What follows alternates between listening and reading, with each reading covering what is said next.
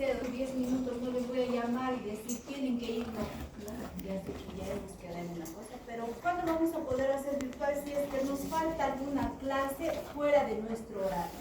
¿No? Pero en nuestro horario no podemos avanzar, chicos. Entonces, hasta la clase anterior habíamos visto lo que es, para recordarles, que ya pasó una semana, tal vez ya no se acuerdan en qué estamos. Hemos visto hipertensión arterial, lo que es la presión arterial esencial, ¿no? Hemos visto la fisiopatología y el cuadro clínico y los principales grupos de medicamentos. Entonces, el día de hoy vamos a hablar sobre lo que es hipertensión arterial secundaria. La hipertensión arterial secundaria, chicos, es más o menos, va de un 5 a un 20% de todos los hipertensos, o sea, no es tan poco frecuente, ¿no? Es importante que nosotros sepamos, sospechemos de esta hipertensión secundaria, porque en algunos casos es curable. Cuando hablamos de hipertensión arterial secundaria, hablamos de esa hipertensión, como su nombre lo dice, secundaria a algo. Secundaria, por ejemplo, a una causa renal, que puede ser renovascular, o puede ser una causa parenquimal, o puede ser, por ejemplo, secundaria a una enfermedad aterosclerótica, o también pues secundaria al embarazo. Sabemos que existe lo que es la preeclampsia, la eclampsia, ¿no? El síndrome de Hett. Eso también es una hipertensión secundaria. Entonces vamos a empezar con lo que es la hipertensión arterial secundaria.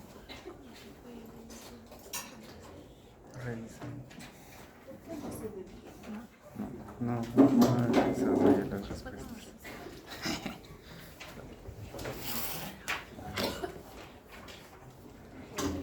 ¿Está bien el foco? ¿Así? ¿Ven bien ahí? Estoy bien, ¿no? Yo tampoco se puede. No agrandar, no saber que es todo muy opaco. Bueno, como ya les dije, lo que es la prevalencia, chicos, tenemos desde un 5 hasta un 20% que puede ser una hipertensión arterial secundaria. La causa más frecuente es la causa parenquimal, renal, ¿no? Lamentablemente, cuando ya hay una enfermedad parenquimal, el único tratamiento que va a poder curar al paciente es un trasplante renal. Las otras causas menos frecuentes tenemos lo que es la renovascular, tenemos lo que es el hiperaldosteronismo, que ya lo vamos a ver, y causas menos comunes como por ejemplo el feocromocitoma. Entonces, esta enfermedad arterial, hipertensión arterial secundaria, ¿no? La enfermedad parenquimal es la causa más frecuente, como les vuelvo a repetir, ¿no? Ahora, en cuanto a los pacientes que están en enfermedad renal crónica, sobre todo los que ya están agrupados en lo que es la hemodiálisis, recibiendo este tratamiento cuando ya es terminal, ya hemos dicho que el 80% de estos pacientes son hipertensos. Pero a veces no sabemos si fue la enfermedad renal lo que lo llevó a ser hipertenso o la hipertensión lo que ha producido la enfermedad renal. Entonces, la hipertensión arterial más severa se presenta en enfermedades glomerulares más que en las intersticiales. Y cuando sospechamos que el paciente puede tener una enfermedad hipertensiva secundaria de causa renal, por ejemplo, si es un paciente que recién está debutando con hipertensión arterial y tiene una proteinuria mayor de 1 gramo, ¿no? O tiene un sedimento urinario patológico. Entonces, si es un paciente que recién está debutando y tiene ya alterado, lo que es la proteinuria o un sedimento patológico, podemos sospechar, ¿no? Entonces, ¿y por qué es importante?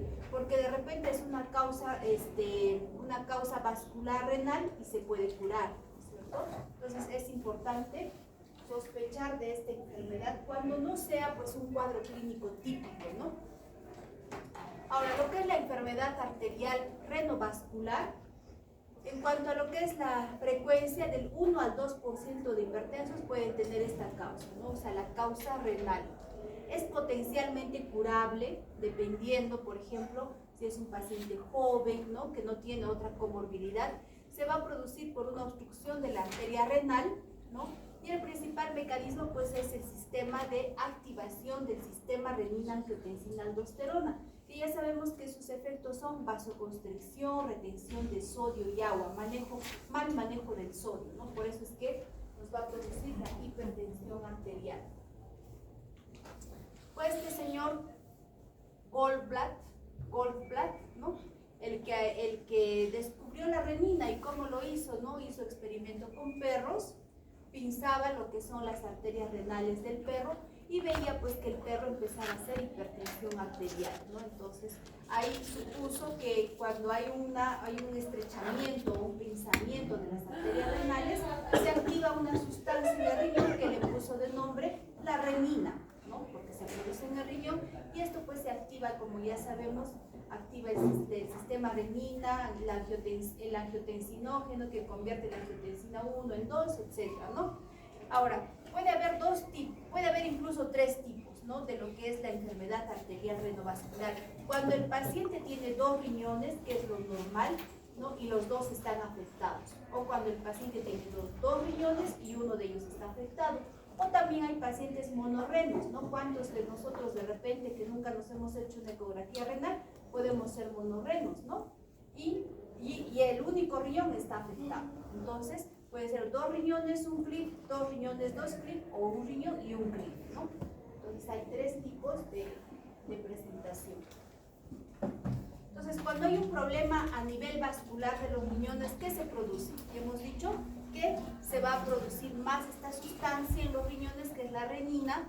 Se activa todo el sistema de renina, angiotensina, aldosterona, que ya sabemos que hace vasoconstricción, aumenta la presión periférica y retención de sodio, aumento del gasto cardíaco y por tanto aumento de lo que es la presión arterial. Ahora, tenemos 2 formas prevalentes, chicos, de lo que es la hipertensión renovascular, que son claramente diferenciadas. Una de ellas es la causa aterosclerótica y la otra es la displasia fibromuscular, ¿no? Entonces, cuando hablamos de aterosclerosis, ya sabemos que estamos hablando de toda esa enfermedad inflamatoria a nivel del endotelio, que empieza con la disfunción endotelial, este endotelio que deja pasar sustancias vasoconstrictoras, que deja que se acumule, hay una placa aterosclerótica, y esa es la que nos produce la aterosclerosis. Es la más frecuente, porque ya sabemos los factores de riesgo, la hipertensión, la diabetes, la obesidad, el sedentarismo, etc. Entonces, la causa aterosclerótica, miren, es del 70 a 80% de los casos. En cambio, la displasia fibromuscular es mucho menos frecuente, de 20 a 30% de los casos. La causa aterosclerótica, como es un proceso que ya sabemos que tiene toda esa base de comorbilidad, se va a presentar en personas mayores, ¿no? Por ejemplo, en la 6ª, 7ª década de la vida. Predomina en varones. La lesión que se produce es proximal al riñón, ¿no? Y 50% progresa a una oclusión total. En cambio, la fibrodisplasia muscular predomina en mujeres jóvenes, menores de 30 años, ¿no? Menores de 30 años, el segmento o la lesión se produce en el segmento medial a distal, ¿no? O en las ramas. Y pues puede progresar a una disección o a una trombosis. Ahora, ¿en quiénes debemos sospechar? Debemos sospechar, por ejemplo, en personas que sean hipertensas antes de los 30 años, sobre todo si es una mujer. ¿Por qué? Hemos dicho que la presión arterial esencial se presenta en mujeres generalmente posmenopáusicas, ¿no? Porque las hormonas sexuales protegen a la mujer hasta esa edad. Entonces, es raro que una mujer antes de los 30 años empiece a hacer hipertensión.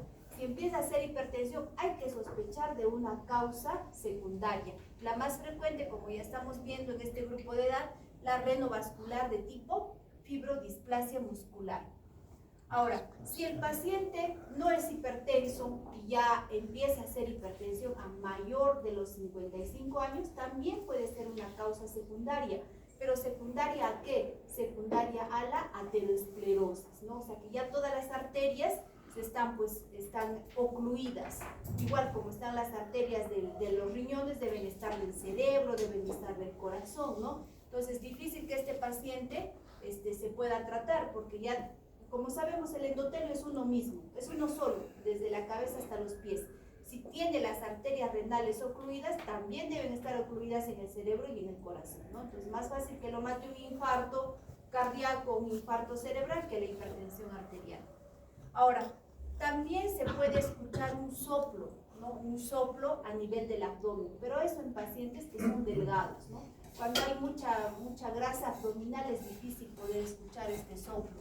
Entonces, puede haber un soplo en caso de que el paciente sea delgado, un soplo abdominal, ¿no? Que generalmente es longitudinal. El soplo se irradia de manera longitudinal cuando la causa es aterosclerótica y puede ser de manera irradiado de forma lateral cuando la causa es una fibrodisplasia muscular.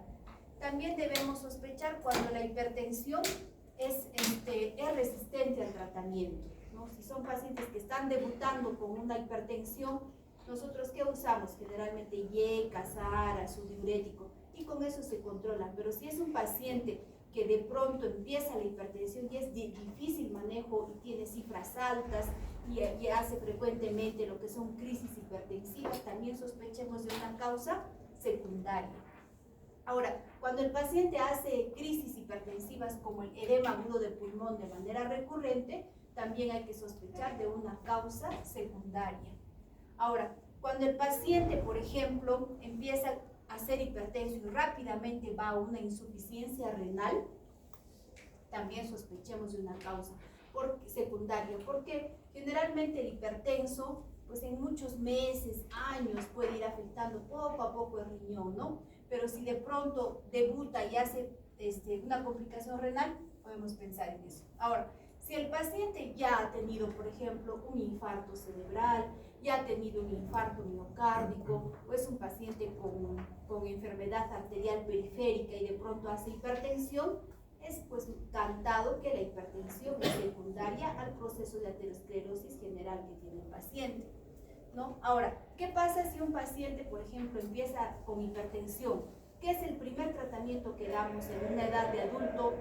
Damos un YECA o un ARA, ¿no es cierto? Cuando digo YECA, me refiero al captopril, enalapril, lisinopril, ramipril, lisinopril, etc.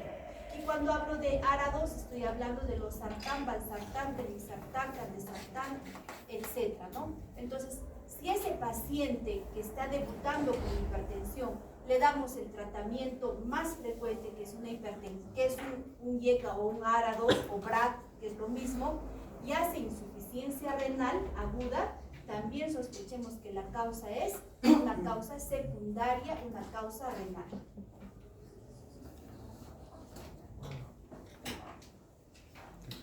Entonces, miren, en esta imagen, por ejemplo, es un riñoncito de una mujer entre 15 y digamos 30 años, ¿no? Acá hemos puesto 50 años. Y miren acá, miren, esta es la arteria renal, miren, este es el riñón, y acá está la lesión. ¿Ven dónde está la flechita? Están viendo que hay una estenosis de la arteria renal, ¿no? No es del mismo calibre que el resto de la arteria. Entonces, por ejemplo, en esta imagen es medial, ¿no? Es medial. Cuando es una fibrodisplasia muscular, la imagen es así, medial o es distal. En cambio, cuando es la causa aterosclerótica, es mucho más cerca al riñón, es más proximal.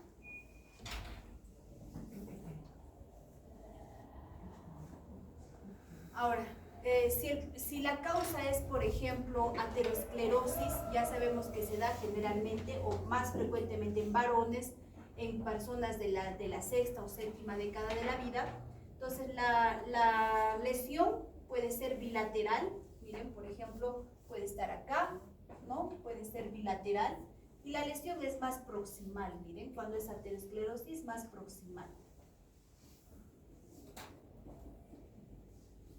Esto es importante, es un cuadrito donde resume la clasificación de la causa renal, ¿no? Aterosclerosis y fibrodisplasia muscular. Entonces, como vemos acá, edad de presentación de la aterosclerosis, vean, sexta, séptima década. En la mujer, hacia los 30 años, ¿no? Ahora, sexo, aterosclerosis, varones. Fibrodisplasia, mujeres. Lesión de localización, la localización de la lesión, ya hemos dicho, en la aterosclerosis puede ser bilateral, proximal o medial. En En cambio, en la fibrodisplasia medial o distal. Ahora, ¿en quiénes revascularizamos? O sea, ¿qué paciente, quiénes creen ustedes acá que puede ser curado? La fibrodisplasia, ¿no es cierto? ¿Por qué no la aterosclerosis? Porque ya les he dicho, si su riñón, si sus arterias renales están así cerradas, igual estarán del cerebro, igual estarán del corazón. Entonces, este paciente no va a morir por la hipertensión secundaria, sino va a morir de un infarto miocárdico, de un infarto cerebral, ¿no? O de otra causa. En cambio, una mujer que tiene la fibrodisplasia muscular, ¿no? No es hipertensa, no es diabética. Entonces, en esta paciente, sus arterias están limpias. El único problema es la displasia que hay a nivel de la arteria renal. Entonces, este grupo de pacientes son los que se van a beneficiar de la revascularización. O sea, los curables son pues el grupo de la fibrodisplasia muscular. No, chicos, voy a tomar un poco de gaseosa cero.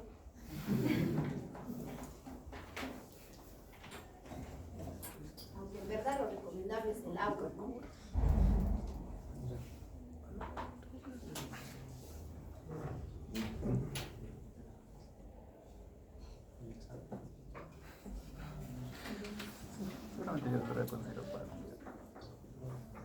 Entonces seguimos. Los pacientes que no se benefician de revascularización, ya lo hemos dicho, los pacientes de causa aterosclerótica, no, los que son hipertensos de larga data, los que ya tienen falla renal crónica, los diabéticos mayores de 65, los pacientes que tienen esta causa pues ya tienen enfermedad coronaria, ya tienen enfermedad arterial periférica o tienen ya esta estenosis también a nivel de las arterias cerebrales, ¿no? Entonces ellos ya no se benefician de la revascularización. Ahora, hay exámenes que nosotros podemos solicitar o podemos pedir en estos pacientes, ¿no? Por ejemplo, si yo pienso que ya este paciente o ya sé que el paciente es hipertenso, es diabético, es fumador, ya ha tenido un infarto y empieza a hacer hipertensión más de los 55, 60 años, ¿qué voy a hacer? Trato la hipertensión, ¿no? Pese a que la causa es la aterosclerosis, ¿qué vamos a hacer? Un tratamiento medicamentoso, porque en ese paciente ya no vamos a poder revascularizarlo. Pero en el paciente joven, digamos que no es exactamente, ustedes saben que en medicina no hay blanco y negro, ¿no es cierto? Puede ser que tenga la presentación atípica, digamos que sea un varón joven, ¿no? No es una mujer, que es lo más frecuente, es un varón joven que empieza a hacer hipertensión. Entonces puede ser una causa de fibrodisplasia muscular, ¿no? Pese a que es lo más frecuente. Entonces el primer examen que se debe solicitar es el radiorenograma con test de captopril. Este es un examen de medicina nuclear donde se infunde una sustancia radioactiva, ¿no? Para que veamos, ¿no? En diferentes placas si el riñón ha captado adecuadamente la sustancia de contraste y si también está eliminando adecuadamente en el tiempo que debe eliminar. Entonces, por ejemplo, acá, fíjense, un riñón capta bien la sustancia y el otro no. ¿Y por qué se llama radiorenograma con test de captopril? Porque previamente al examen debemos sensibilizar al paciente con una dosis alta de captopril, ¿no? Que ya lo voy a explicar más adelante. Entonces, por ejemplo, acá que vemos que un riñón ha captado bien, ¿no? Y el otro no. Entonces, esto nos va a dar un punto a que el problema es renal.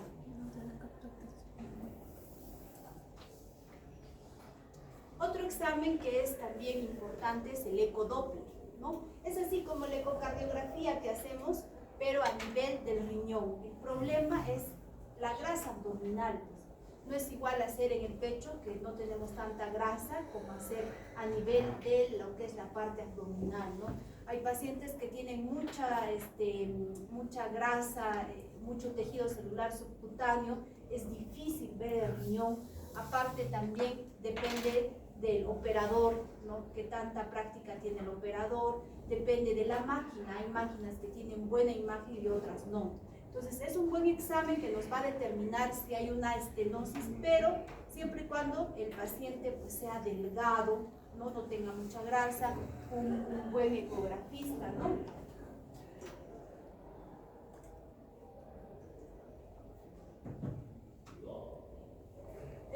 examen es la angioresonancia.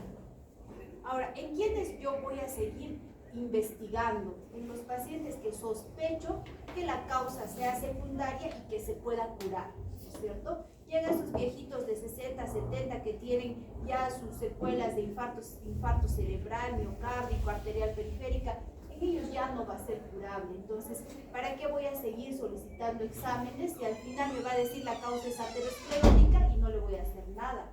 ¿No es cierto? Pero en quienes tenemos que seguir estudiando en los pacientes potencialmente curables. Entonces, el otro examen es la angioresonancia, que es un examen muy bueno porque no va a dañar el riñón, no usa esa sustancia de contraste, pero el único problema es que la angioresonancia nos va a detectar lo que son lesiones proximales, no lo que son lesiones mediales o distales.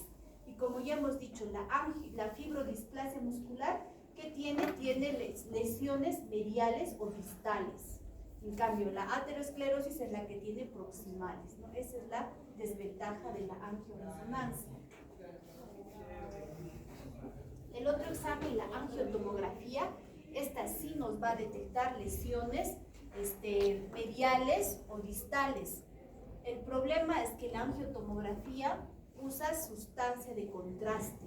Entonces, en un paciente que ya tiene una falla renal, usar una sustancia de contraste, ¿qué va a hacer? Va a aumentar su falla renal, ¿no? O sea, de lo que estaba en un estadio 2, pues lo vamos a llevar a un estadio 3 o algo mayor.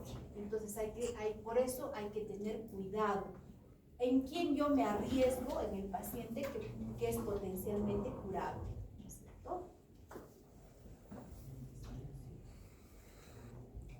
Ahora, la angiografía, ¿no?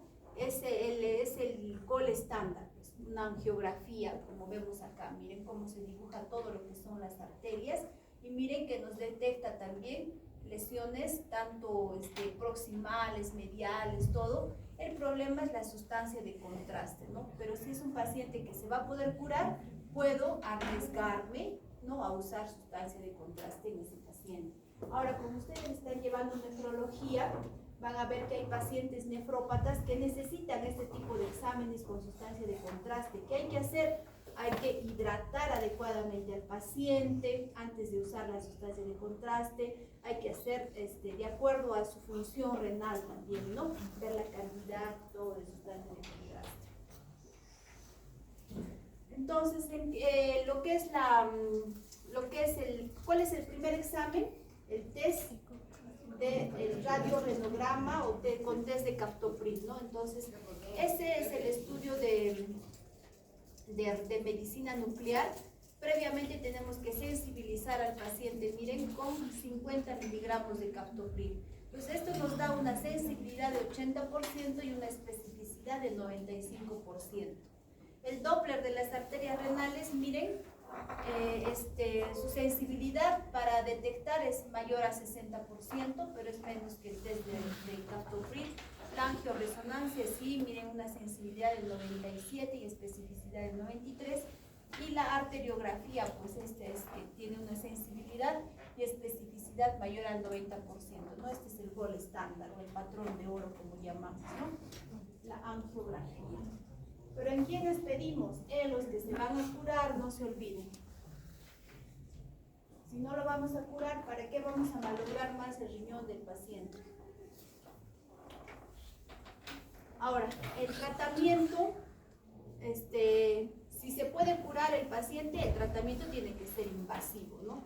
Si ya estamos diagnosticando que es una displasia, se tiene que hacer una revascularización y es un tratamiento invasivo, pero solo por un catéter, no es una operación abierta. Y en otros casos que no se pueda curar en el otro grupo de pacientes, ¿qué tenemos que hacer? Tenemos que controlar la presión con las mejores drogas que podamos ofrecerle al paciente, ¿no? Siempre hay que darle la opción de usar un IECA o un ARA.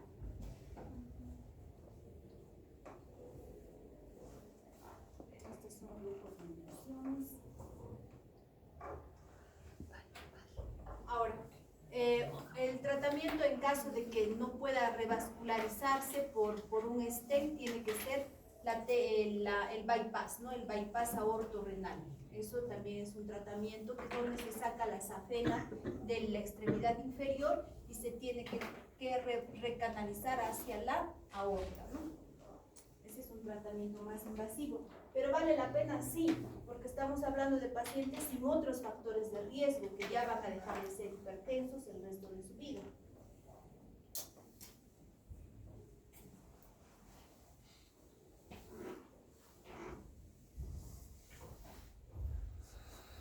A ver, ¿cuál es la piedra angular del tratamiento para la estenosis de la arteria renal? Lo primero que se debe hacer es el tratamiento medicamentoso. Ahora, tenemos otras causas, ¿no? Aparte de la causa arterial, tenemos otras causas. Por ejemplo, hablamos de lo que es el hiperaldosteronismo, ¿no? O también puede ser otra causa como por ejemplo la hiperplasia de las glándulas suprarrenales. Entonces, si tenemos por ejemplo pacientes con retención de sodio, que son hipertensos y que tienen hipocalemia, o sea un potasio menos de 3.5, sin que le estemos dando diuréticos, porque recordemos que los diuréticos tipo hidroclorotiazida o furosemida no solamente nos hace botar el líquido, sino nos hace perder potasio. Pero si es un paciente que cursa con una hipocalemia sin que esté usando diuréticos, o sea, sin una causa aparente, debemos sospechar del hiperaldosteronismo, ¿no? El hiperaldosteronismo primario son pacientes hipertensos que cursan con una marcada hipocalemia, o sea, menos de 3.5. Ustedes que están llevando nefrología están pues acá, ¿no? Con lo que es el equilibrio ácido básico, con lo que es alteraciones y corrección de electrolitos, ¿no? Entonces, una hipocalemia severa, ¿no? Sin uso de diuréticos, con una hipertensión refractaria al tratamiento con unas 3 o más drogas, ¿no? Y que también puede tener intolerancia a la glucosa, nos debe hacer sospechar de un hiperaldosteronismo primario, que es otra causa. Ahora, puede haber también este hiperaldosteronismo, por ejemplo, por un adenoma, ¿no? Como vemos acá, por un tumor, un adenoma de la glándula suprarrenal, o puede ser por una hiperplasia de ambas glándulas suprarrenales. En el caso del adenoma, que se puede extirpar, ¿no? Se puede extirpar y el paciente se puede curar. Pero si es una hiperplasia bilateral, no se puede extirpar las glándulas suprarrenales. El paciente no puede vivir sin las glándulas suprarrenales. Entonces, si es el adenoma, se puede hacer un tratamiento quirúrgico. Si es una hiperplasia, lamentablemente solo se va a tener que controlar con tratamiento medicamentoso. Entonces, para diagnosticar esto tenemos exámenes auxiliares, por ejemplo, los niveles de dosaje de nivel de aldosterona, ¿no? Que tiene, miren, un 90% de sensibilidad y especificidad si es mayor a 555 picomol por litro, o la prueba de sobrecarga salina, ¿no? Donde se puede ver si hay una inapropiada secreción de aldosterona. En este caso nos puede servir también lo que es la tomografía, ¿no? Dependiendo del tamaño, chicos. Sabemos que la tomografía son placas, pues, ¿no? Placas que tienen multicorte. Entonces, dependiendo del tamaño, se puede ver si hay adenomas. La resonancia magnética es el mejor examen porque detecta adenomas mucho más pequeños.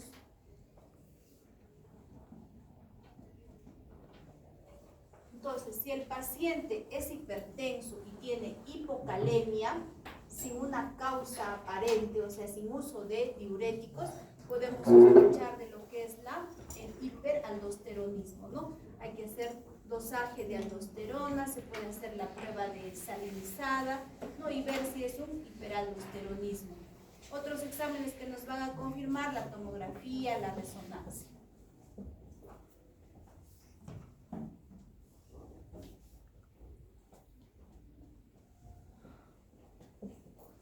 Ya hemos dicho, si es por ejemplo un adenoma que pueda ser tratado quirúrgicamente, bien, el paciente es curado, pero si es una hiperplasia suprarrenal, si es bilateral, pues el tratamiento va a tener que ser antagonistas de aldosterona, ¿no? La base del tratamiento medicamentoso, antagonistas de aldosterona. ¿Cuáles, por ejemplo?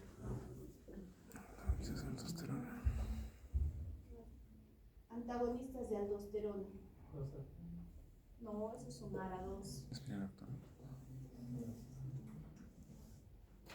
También usamos en hipertensión esencial y en falla cardíaca. Estudio RALES, espironolactona, el prednisona, ¿no? Otra causa, chicos, de hipertensión secundaria, por ejemplo, es el feocromocitoma.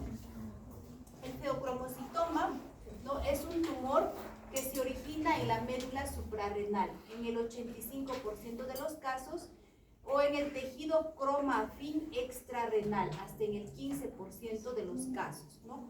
En este caso, cuando es extraadrenal, ¿no?, se denominan paragangliomas. Este feocromocitoma es conocido como el tumor de los 10%. ¿Por qué? Porque 10% es causa familiar, 10% es bilateral, 10% son malignos, 10% es extraabdominal, o sea, en el tejido cromafín, ¿no? Y 10% son múltiples. Su prevalencia se estima en el 1% de la población de hipertensos secundarios. Felizmente no es muy frecuente. Son tumores que producen adrenalina, noradrenalina, dopamina, ¿no?, que son sustancias vasoconstrictoras que nos van a llevar a producir, pues, hipertensión arterial, ¿no?, con toda la sintomatología secundaria, excesivas concentraciones plasmáticas de catecolaminas. O sea, son pacientes que tienen las catecolaminas elevadas y como las catecolaminas son vasoconstrictoras, el paciente va a estar así, miren, pálido, miren la cara de este paciente, ¿no?, por exceso de catecolaminas. Pueden hacer crisis de pánico, ¿no?, palpitaciones, taquicardia, pacientes diaforéticos, ¿no?, todo por la elevación de las catecolaminas en sangre. Ahora, si estos pacientes, por ejemplo, un paciente hipertenso, digamos que es un paciente joven, cuando es un paciente joven y es una hipertensión arterial esencial, nosotros empezamos a darle tratamiento con beta bloqueadores. ¿Por qué? Porque el paciente hace bastante actividad física y el beta bloqueador le va a dar tolerancia a la actividad física. Pero si la causa es un feocromocitoma, al paciente que le demos beta bloqueador lo vamos a llevar a hacer crisis hipertensiva, ¿no? Entonces, un dato que nos puede hacer sospechar del feocromocitoma es cuando a un paciente le empezamos tratamiento con un beta bloqueador y en vez de bajar, le producimos una crisis hipertensiva, ¿no? Entonces, contraindicado en este caso lo que son los beta bloqueadores, porque lo vamos a llevar a los niveles mayores, ¿no? O también está contraindicado los inhibidores de la monoamino oxidasa. Entonces, como ya hemos dicho, es el tumor de los 10%, puede ser parte de una neoplasia endocrina múltiple, puede ser parte de lo que es la neurofibromatosis, o conocida como la enfermedad de von Recklinghausen, ¿no? Habrán visto ustedes esta enfermedad en alguna parte de medicina interna, que es la que tiene las manchas de café con leche en la piel, ¿no? Hay manchas de café con leche múltiples, la neurofibromatosis. Entonces, ¿qué se hace para confirmar el diagnóstico? Se puede hacer dosaje de metanefrina plasmática en orina de 24 horas. También se puede usar la tomografía y estudios de medicina nuclear, la resonancia magnética, ¿no?, en caso de que haya una localización extraabdominal, porque ya hemos visto que 10% tienen localización extraabdominal. Entonces, miren, acá, por ejemplo, es paraganglionar, ¿no? O sea, es fuera del abdomen. Entonces, ahí podemos ver en una resonancia, podemos ver las imágenes del feocromocitoma. El tratamiento, ya sabemos, no se deben usar beta bloqueadores, ¿no? Porque ya hemos dicho que eso va a exacerbar las cifras hipertensivas. ¿Qué se puede usar en ellos? Lo que son los alfa bloqueantes. ¿Cuáles son los alfa bloqueantes? Por ejemplo, la tamsulosina, la prazosina, que no lo usamos ya para la hipertensión esencial, sino hay quienes usan tamsulosina, por ejemplo, en los pacientes que tienen hiperplasia prostática, ¿no? Entonces, esos son alfa bloqueantes. Se puede usar en ellos alfa bloqueantes. Es la primera elección en este tipo de hipertensión secundaria por feocromocitoma. Inhibidores de la tirosina hidroxilasa como la metirosina, y el tratamiento definitivo, si es que es extraíble, tiene que ser quirúrgico, ¿no? Pero si es, por ejemplo, extrarrenal, bilateral, paraganglionar, entonces ahí pues no se puede ni operar, ¿no? El tratamiento es medicamentoso, tratamiento de elección alfa bloqueantes. Entonces miren, este es un feocromocitoma. ¿De cuándo? Son pequeños, ¿no? ¿Cuánto medirá esto? Son pequeñitos, pero pueden ser múltiples. Entonces, esto, chicos, con respecto a lo que es la hipertensión arterial secundaria. Si tienen alguna pregunta, háganla ahora o también para seguir. Ahora vamos a ver, chicos, el otro tipo de hipertensión arterial secundaria, que es la preeclampsia, ¿no? Que también es una patología lamentablemente frecuente. Pati, al final de la clase te pasas las diapositivas y lo compartes hoy día con todos, ¿ya? Ya sé.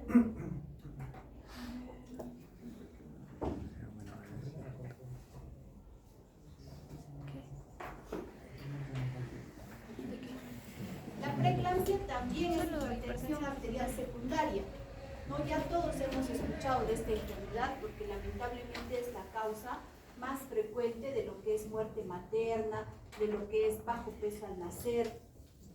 Entonces, cuando ustedes, chicos, hagan su internado rural, cuando hagan su serum, van a ver que a lo que más tememos es a la muerte materna, ¿no? Entonces, ¿por qué? Porque ya les he dicho alguna vez, ¿no? Cuando muere el padre, la familia sigue adelante, pero cuando muere la madre, los hijos están abandonados. Entonces es todo un problema social, ¿no? Por eso es que se cuida bastante la vida de la madre.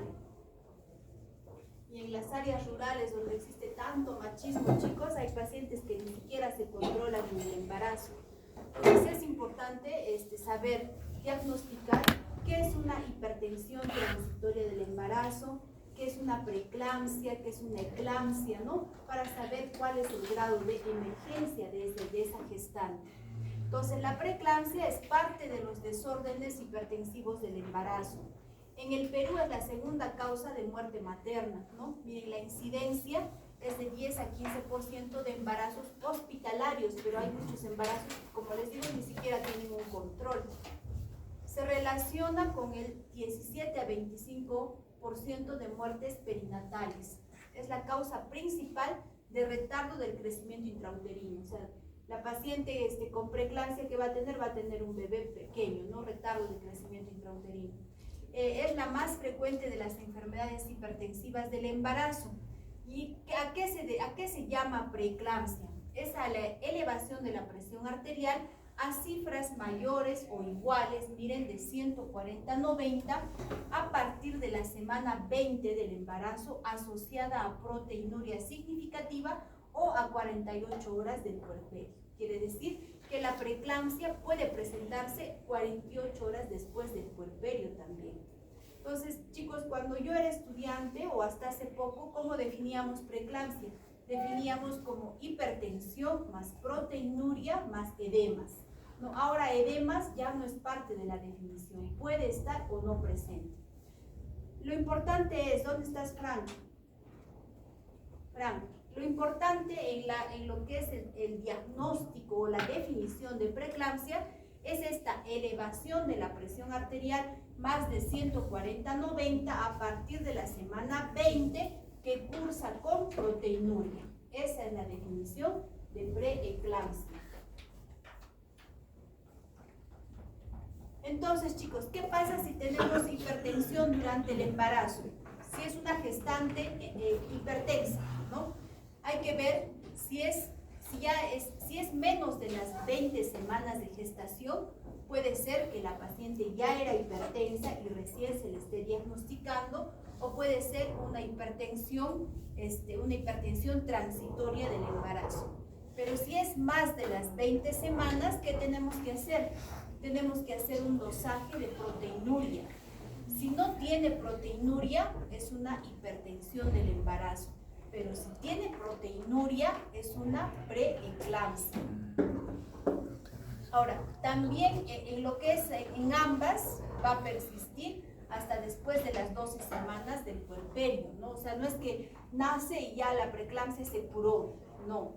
Es el tratamiento definitivo, ¿sí? La cesárea o el parto, dependiendo. Yo creo que lo más indicado es cesárea, ¿no? Porque una paciente que está hipertensa, imagínense que entre a un trabajo de parto donde hay dolor, donde hay la presión, pues le sube un montón. ¿Y qué va a pasar? Va a ser un accidente cerebrovascular, ¿no? Puede hacer un sangrado cerebral. En cambio, si es una paciente que tiene esta sintomatología, por la cesárea está sedada, entonces sin dolor, sale el feto y esa es la cura definitiva. Lamentablemente, ¿qué le está produciendo esta preeclampsia? El feto. ¿Cuál es el tratamiento? Sacar el feto.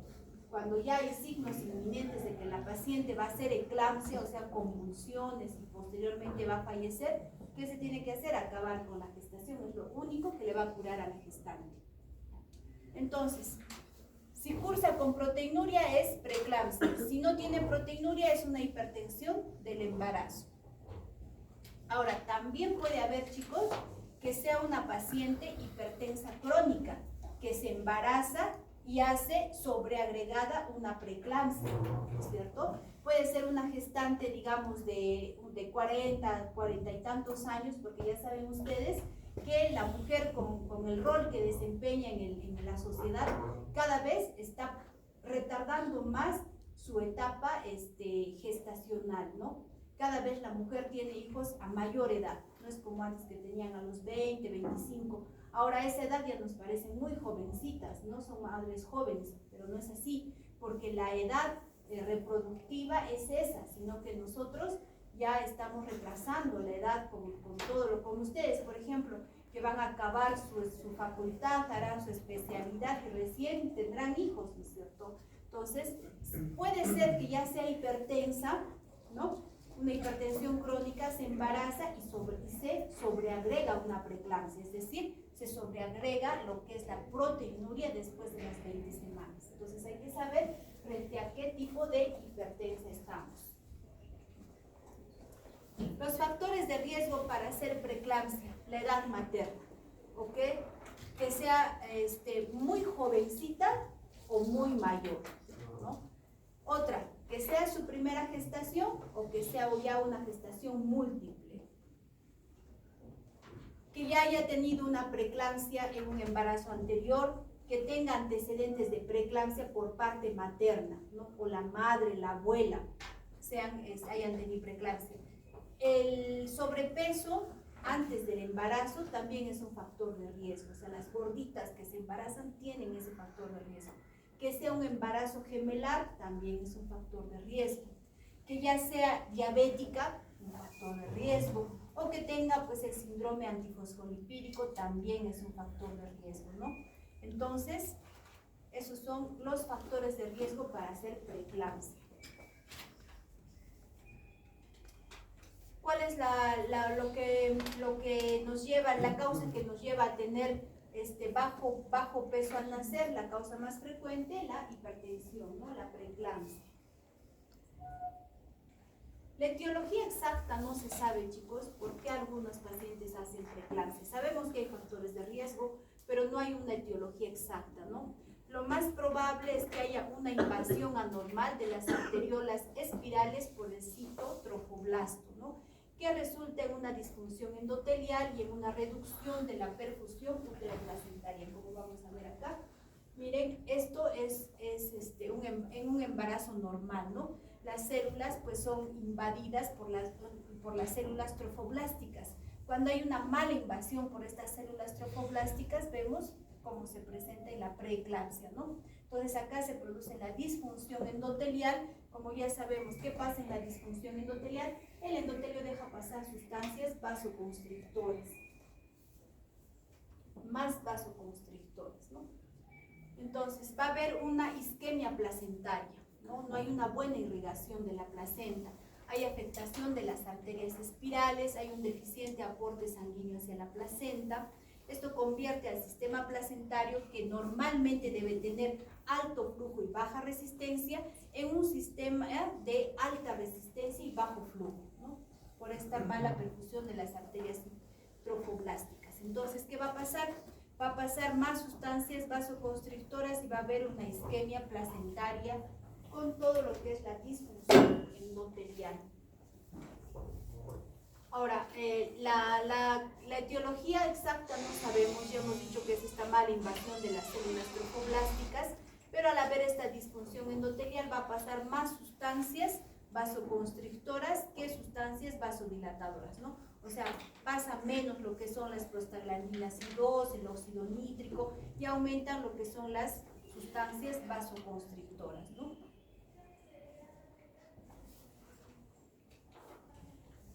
Hay resistencia a la insulina, no hay cambios inmunológicos, o sea, una respuesta inmune materna al trofoblasto, lo que impide la remodelación trofoblástica.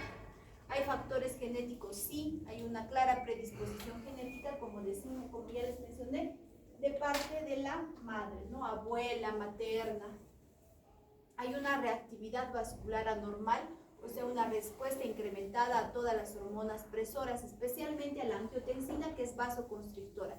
Todos los componentes del sistema renina-angiotensina están aumentados, no disminuidos, en la preeclampsia. Hay inflamación, hay estrés oxidativo, niveles elevados de citoquinas inflamatorias, todo lo que es la disfunción endotelial, ¿no? Hay desbalance entre lo que son moléculas vasoconstrictoras y vasodilatadoras. Por la angiotensina va a haber más vasoconstrictoras. Hay disminución de la actividad de la óxido nítrico sintetasa, porque esa es la óxido nítrico sintetasa es la que más nos produce vasodilatación, ¿no? Entonces lo que menos hay en la preeclampsia.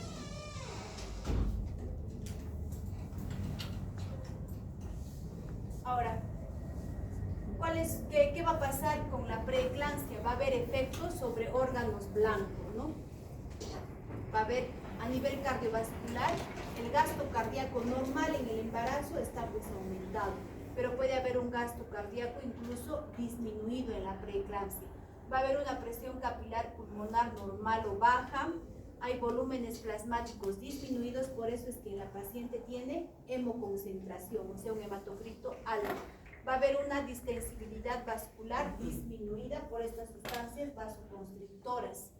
A nivel del riñón, hay una disminución en la tasa de filtración glomerular y del flujo plasmático renal, miren, hasta un 25%. Se va a presentar proteinuria y lo que es la hiperuricemia, o sea, aumento de lo que es la urea. A nivel del cerebro, la paciente puede hacer convulsiones, ¿no? Lo que es ya la eclampsia. Y estas convulsiones pues están precedidas de la hiperreflexia, ¿no? Por eso es importante examinar al paciente con nuestro martillito, que ya sabemos, y ver cómo están sus reflejos, ¿no? La paciente que ya va a hacer eclampsia va a tener una hiperreflexia. Hay disturbios en la visión, la paciente nos refiere que ve como lucecitas de colores, hay cefalea constante, severa, ¿no? En casos fatales va a haber sangrado cerebral, ¿no? La lesión cerebral tanto es por isquemia como hiperperfusión. En el hígado, miren chicos, en el hígado va a haber lesiones periportales, ¿no? Miren este hígado.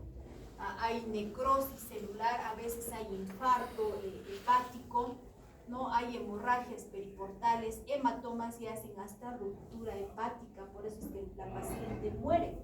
La paciente que hace eclampsia están viendo que afecta corazón, riñón, cerebro, hígado. Por eso es que a la paciente con preeclampsia, chicos, se le hospitaliza, ¿no? La paciente puede estar asintomática o con una leve cefalea.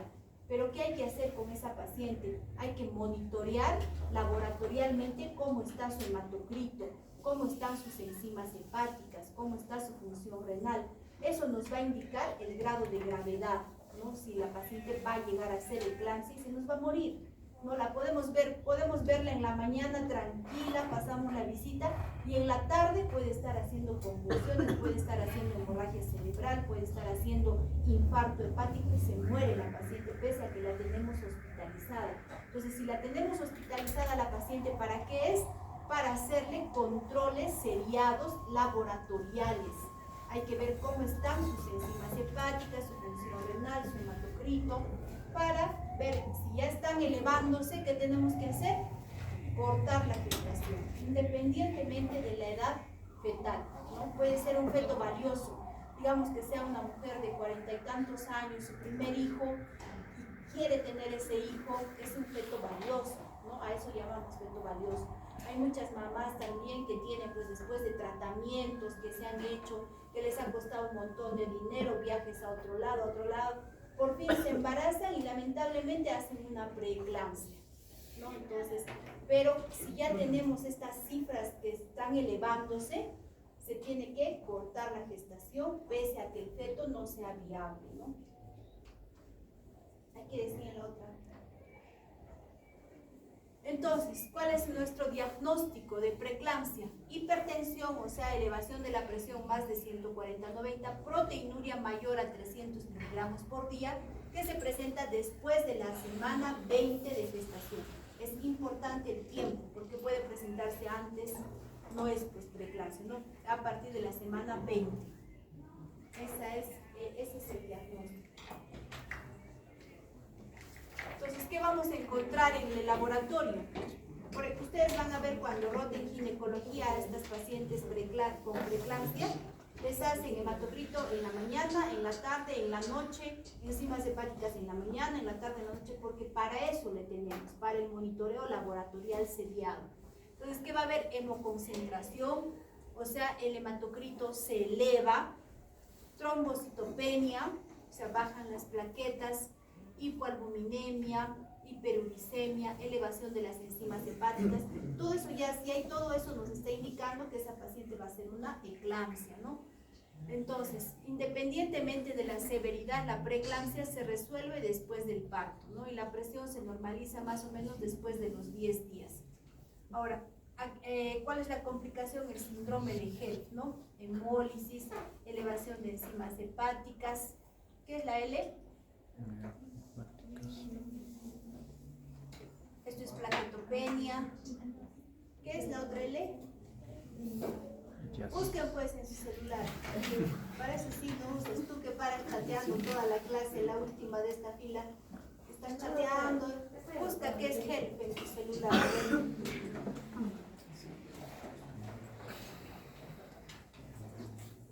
¿Cuáles son los síntomas de alarma? El dolor de cabeza persistente, el dolor epigástrico, náuseas, vómitos, trastornos de la visión, esas lucecitas que ven las gestantes, zumbido de oídos, irritabilidad, la hiperreflexia. Por eso siempre examinar con el martillito el estupor, ¿no? Ya si tiene estos síntomas, chicos, y además cambios en lo que son los exámenes de laboratorio, se debe cortar esa gestación. No hay otra cura. Prevención. En algunos casos se puede dar la aspirina, ¿no? Lo que es el ácido acetil de 100 miligramos. Por ejemplo, en pacientes que tienen síndrome antifosfolipídico o pacientes que ya tienen un antecedente de que en una gestación anterior han hecho preeclampsia, ¿no? La hospitalización es para el reposo y para el control laboratorial, como les vuelvo a repetir, ¿no? El sulfato de magnesio no lo damos para bajar la presión, sino para evitar las convulsiones en caso de que se produzca la eclampsia. El tratamiento definitivo, el parto, ¿no? Acabar con la gestación. Se puede dar tratamiento antihipertensivo, ¿no? Recordemos que los YECA y los ARA están contraindicados en la gestación porque producen muerte fetal. Entonces nunca a una gestante, cuando hagan su internado, su serum, nunca le den un enalapril, un captopril, que es lo que más abunda ya. La gestante no puede usar YECAs ni ARAs. ¿Qué tiene que usar? Se puede usar beta bloqueadores, se puede usar beta o alfa bloqueantes como la metildopa, se puede usar hasta el nifedipino, nunca un YECA o un ARA, ¿no? ¿Qué es el HELP, chicos? ¿Qué es el HELP? HD, hemólisis, ED, enzimas hepáticas elevadas, LD, plaquetopenia, no, hay trombocitopenia, ok.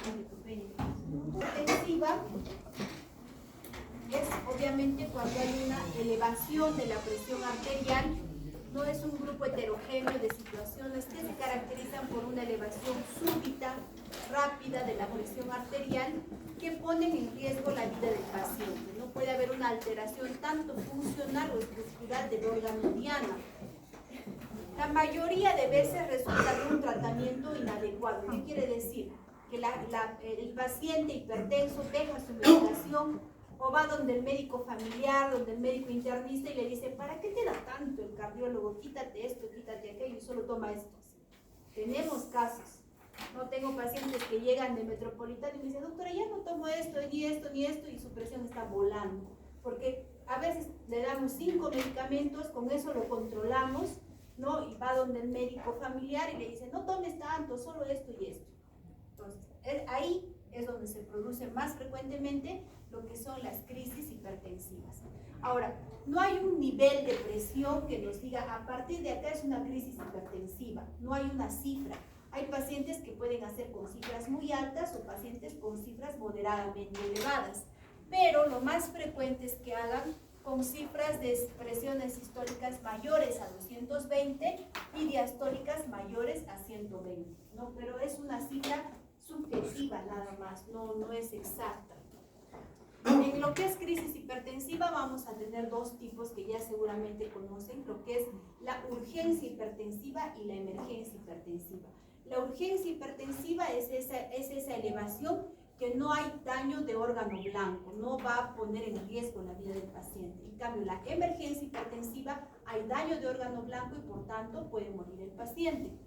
Entonces, lo que es la urgencia tiene buen pronóstico, no necesariamente va a estar hospitalizado, pero tampoco le vamos a decir control en un mes, ¿no? Tiene que ser un control rápido. Control será, pues, si lo vemos en la mañana, lo podemos controlar en la tarde o en la noche o al día siguiente, pero tiene que ser un control frecuente, rápido, ¿no? El tratamiento puede ser oral, ambulatorio, y lo que es importante, la reevaluación precoz. Nunca le voy a decir vuelva la próxima semana, sino en la noche o al día siguiente temprano, reevaluación precoz. Y el tratamiento oral, ambulatorio. Puede haber falsas urgencias hipertensivas, ¿no? O sea, elevación de la tensión producida por estados de ansiedad. Lamentablemente esto es pues más frecuente en mujeres. No puede ser, por ejemplo, provocadas por un dolor o por un estrés emocional, ¿no? Que no necesariamente necesitan un cambio de tratamiento, sino que cede cuando ya cede la causa que ha provocado, ¿no? Por ejemplo, un estrés, por ejemplo, el fallecimiento de un familiar nos puede producir pues una falsa urgencia hipertensiva, pero una vez que va bajando el estrés, la presión también se va controlando. Ahora, en lo que es la emergencia hipertensiva, ahí sí tenemos que saber diferenciar por qué hay daño de órgano blanco. ¿Cuáles son los órganos que se dañan? El corazón, el cerebro y el riñón.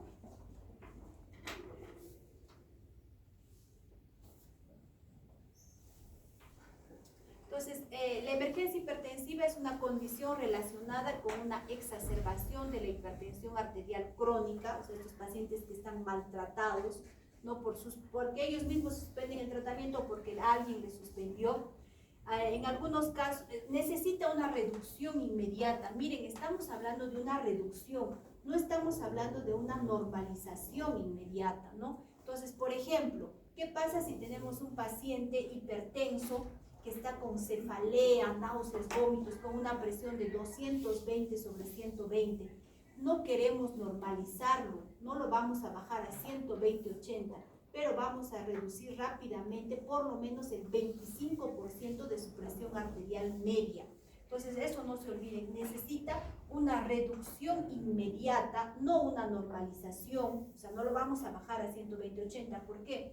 Porque, por ejemplo, si el paciente tiene un daño cerebral, si nosotros le bajamos esa presión rápidamente, vamos a aumentar la zona de hipoperfusión a nivel cerebral y el daño va a ser mayor, ¿no? Entonces hay que bajarle la presión hasta un 25% de la presión arterial media, pero no hay que llevarlo a la normalización así rápidamente.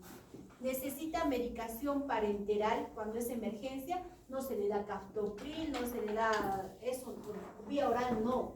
Es una emergencia que necesita estar monitoreado en UCI y necesita tratamiento vía parenteral. ¿Cuáles son las emergencias hipertensivas? La encefalopatía hipertensiva. Esta patología, chicos, esta emergencia de encefalopatía hipertensiva es la única que necesita que le bajemos cuanto más rápido la presión. Otra tenemos la hipertensión maligna acelerada, la insuficiencia cardíaca izquierda, la disección aórtica, o sea, cuando la aorta se empieza a disecar por una hipertensión elevada, el infarto agudo del miocardio, la angina inestable, la preeclampsia, eclampsia, que ya sabemos que el tratamiento es cortar con el embarazo, la hipertensión severa intraoperatoria o las crisis hipercatecolaminérgicas, ¿no? ¿En quiénes hemos dicho que hay estas crisis? Feocromocitoma, ¿no? O sea, cuando hay aumento de lo que son las catecolaminas en sangre.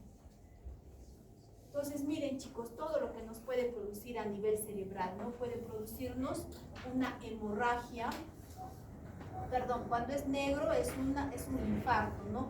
Este es una hemorragia, esto es sangre, cuando se ve así blanquito, está en lo que es la tomografía. Puede producirnos hemorragia, puede producirnos edema agudo de pulmón. Miren, aparte que es un corazón grandazo, ¿no? Que tenemos acá, miren los campos pulmonares, ¿no? La distribución en alas de mariposa. Este es un edema agudo de pulmón, donde el paciente pues está con una insuficiencia respiratoria grave, ¿no? El infarto agudo de miocardio, miren este supradesnivel del ST en D2, D3 y en ABF, es un infarto de cara inferior, ¿no?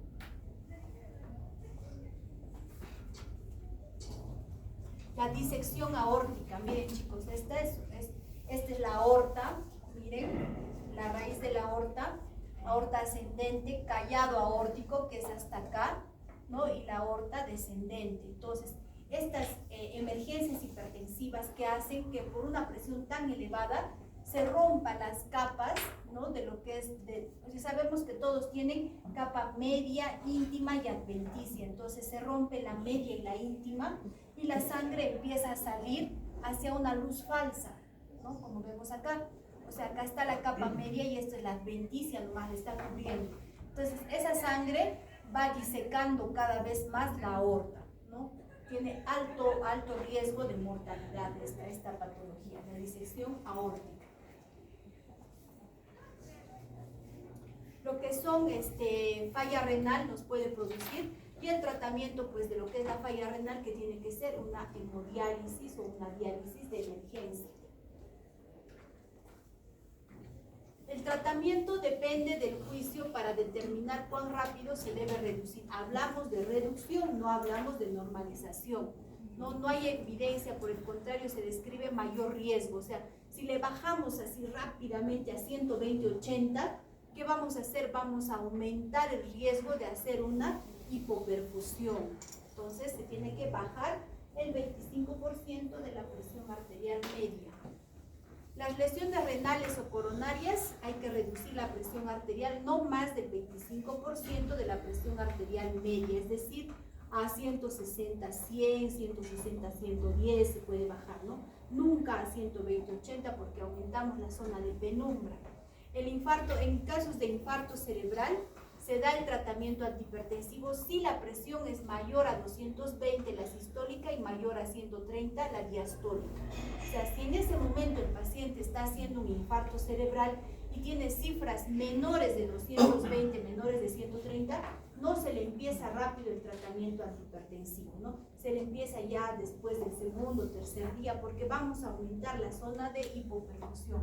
Si el paciente va a ser trombolizado, o sea, si vamos a usar drogas como Actilice Alteplasa, Reteplasa, etc., ahí tenemos que bajarles un poco la presión, pero ¿a cuánto? Así, a menos de 185, 110. Entonces, miren, en ningún momento hablamos de normalizar, solo hablamos de bajar la presión.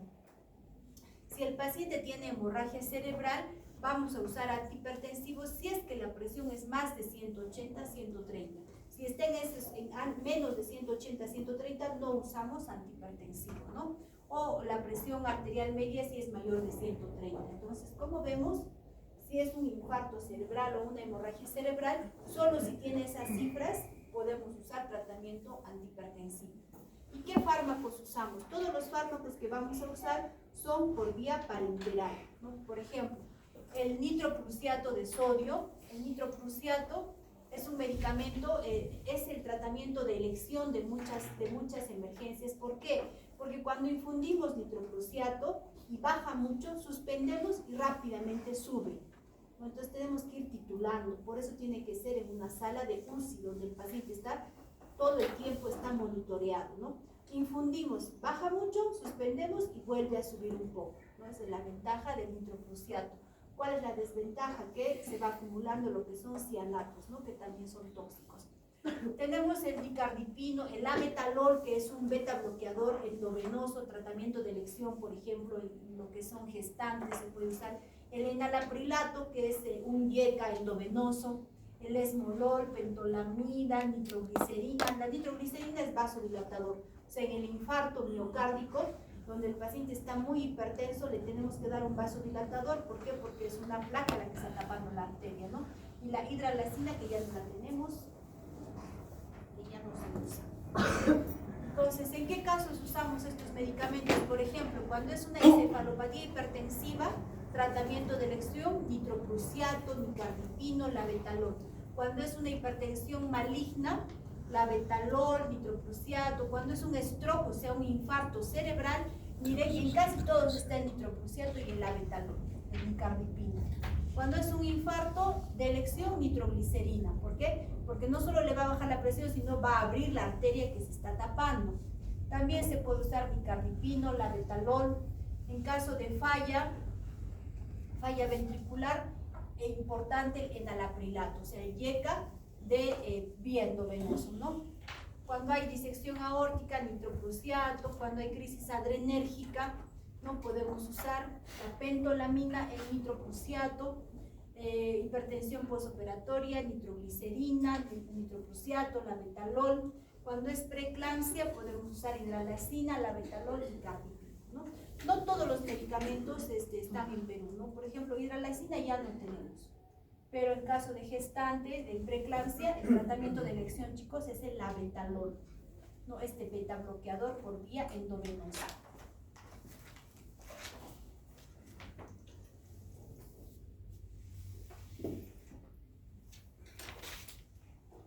Ahora, hemos visto, ¿no?, que las emergencias hipertensivas dañan corazón, cerebro, riñón. En el cerebro, por ejemplo, podemos tener el infarto cerebral, la hemorragia cerebral, ¿no? Pero también tenemos otra enfermedad que llegamos al diagnóstico por descarte, ¿no?, que es la encefalopatía hipertensiva. La encefalopatía, como su nombre lo dice, es una inflamación de todo el cerebro. ¿Por qué? Por una elevación súbita de la presión arterial. Esta es una enfermedad que la llegamos a diagnosticar por descarte. ¿Por qué decimos eso? Llega un paciente con cifras muy altas, con trastorno del sensorio, cefalea. ¿Qué es lo primero que pensamos? En un stroke, en una hemorragia cerebral. ¿Qué se le hace al paciente? Una tomografía. No hay lesión del cerebro en la tomografía, o sea, no hay zona de infarto, no hay zona de hemorragia. Nuestro diagnóstico recién va a ser encefalopatía hipertensiva. Y es la única emergencia hipertensiva en la que tenemos que bajar rápidamente la presión arterial. Entonces, ¿qué vamos a tener? Vamos a tener vasos que hacen vasoespasmo, ¿no? Hay zonas de vasodilatación con vasoconstricción. Y esto ya se ha visto en lo que son, por ejemplo, necropsias, pacientes que han fallecido por encefalopatía hipertensiva. Se ve que las arterias tienen zonas dilatadas y zonas de vasoconstricción, ¿no? O sea, zonas dilatadas y zonas estenóticas, así como un rosario, ¿no? Entonces, generalmente se presenta en pacientes que ya son hipertensos crónicos, que han modificado su tratamiento o que han dejado el tratamiento.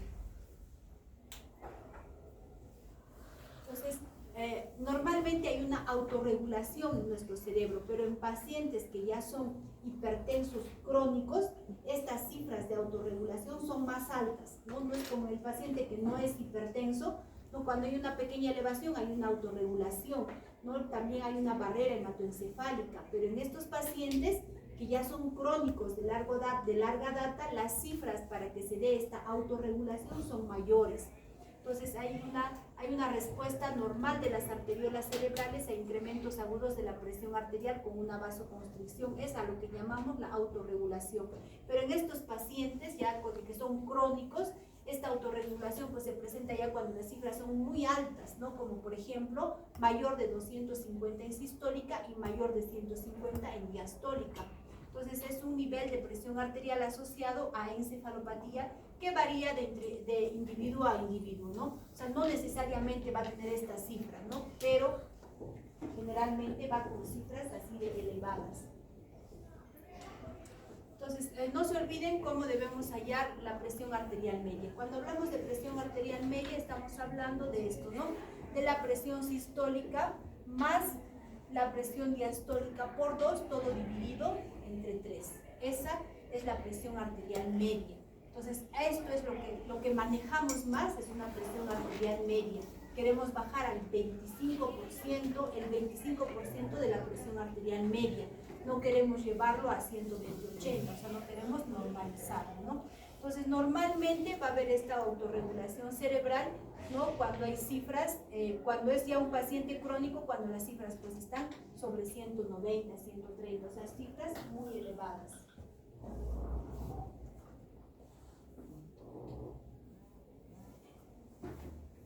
Ahora, ¿por qué no llevamos a normalizar la presión? ¿Por qué nuestro fin no es normalizar por esto, ¿no? Por la hipoperfusión que vamos a producir al paciente, al cerebro del paciente, aumentando la isquemia, ¿no?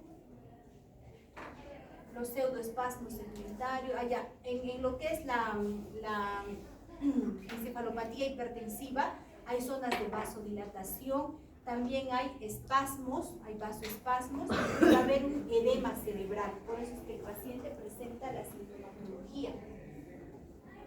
Va a haber una alteración de la barrera hematoencefálica, ¿no? Hay una ruptura de las válvulas, hay cambios, hay edema a nivel cerebral, ¿no? Entonces todo esto nos va a producir alteraciones en lo que son los neurotransmisores.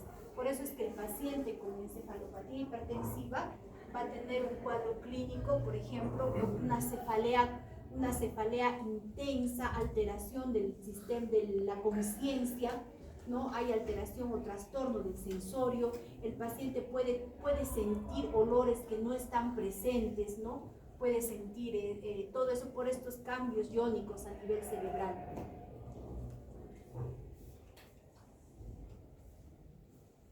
Va a haber alteración, activación de canales de potasio, calcio dependientes, hay aumento en la producción de angiotensina 2, ya sabemos, ¿no? Subsecuente al aumento del estrés oxidativo, hay antagonistas de receptores de angiotensina, todo lo que nos lleva lo que es a la hipertensión arterial, ¿no? Entonces, ¿qué vamos a tener? Aumento de la presión arterial sistólica que sobrepasa el rango de autorregulación, que ya hemos dicho que en estos pacientes está mucho más elevado, ¿no? Aumento de la perfusión cerebral, lesión de las paredes de los vasos, aumento de la permeabilidad capilar, extravasación de proteínas, nos va a llevar a un edema cerebral, ¿no? De tipo vasogénico.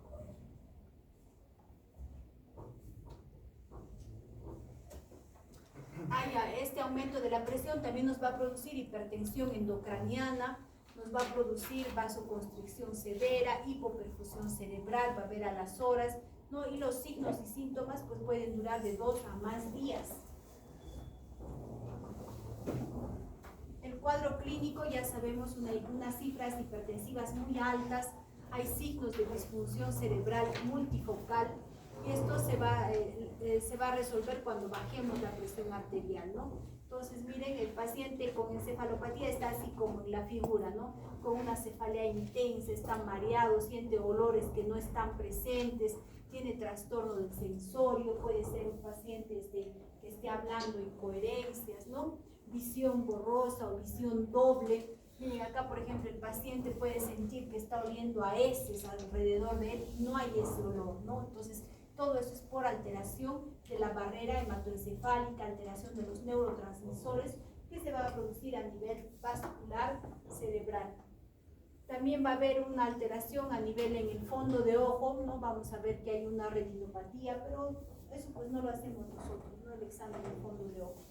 Factores de riesgo para que hagan encefalopatía hipertensiva: el hipertenso no tratado, es decir, el hipertenso que ha cortado su tratamiento, o pacientes niños o jóvenes con enfermedades, por ejemplo, enfermedad renal, ¿no? Enfermedad renovascular, el feocromocitoma, pacientes con eclampsia, o sea, las gestantes, no, pacientes que consumen drogas tipo anfetaminas, cocaína, inhibidores de la monoaminoxidasa, o pacientes que toman clonidina y de pronto suspenden la clonidina.